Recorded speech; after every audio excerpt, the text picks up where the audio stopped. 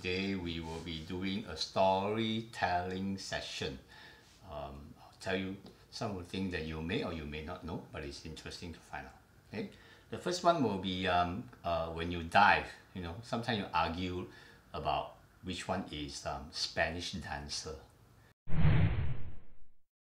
and also sometimes you will talk about whether stonefish, scorpionfish.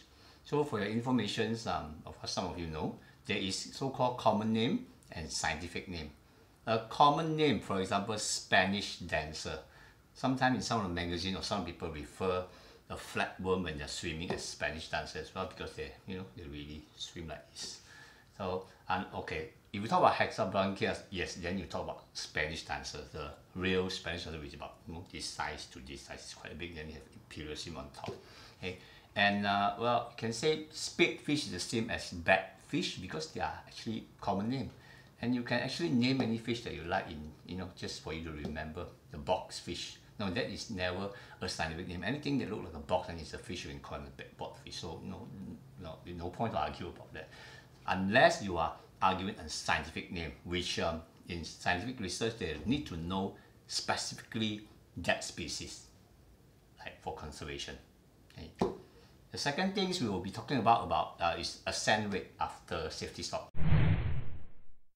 So I heard a lot of people say, after safety stop, I've cleared my nitrogen level and I'm safe to go up. You know, they go up. So for your information, after safety stop, the final 5 meters actually has the biggest change of pressures, surrounding relatively to your air partial pressure in your blood. Yeah. So you have to be extra careful after the safety stop. Okay, so just to show you why. So every 10 meters you add 1 atm. Okay, on the surface there is 1 atm. Then every 10 meters you add another 1 atm. Okay, so this is 20 meters already. So each 10 meters, yeah. Okay, so every 10 meters like this, from 1 atm to the first 10 meter atm is plus 100%. Means that it's 1 plus 1. See, it's 100% change. The second depth will be only plus 50%. Because why? Because it's 2 atm plus 1 atm. And so on, 33% and so on. Meaning that if you come out from the final 10 meters, the surrounding pressure change by 100%. So imagine if you come out of 5 meters to the surface. So actually this will be really a great change on surrounding pressures on your body. So after safety stop, still come out slowly, very slow, because you will never know whether you have cleared, because even the dive computer is written there that you actually have to be very careful individually, because it's different. Your body is not my body, and you are using they never ask us to go for any of the research. I didn't join it. I don't know about you. It's the same theory. Yeah? After a dive, you don't do free diving.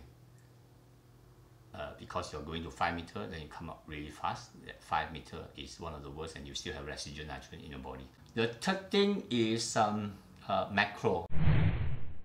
A lot of people talk about macro. Macros is a small thing. So supposedly macro, you talk about micro, isn't it? No, they talk about macro. Macro refer to the macro lens.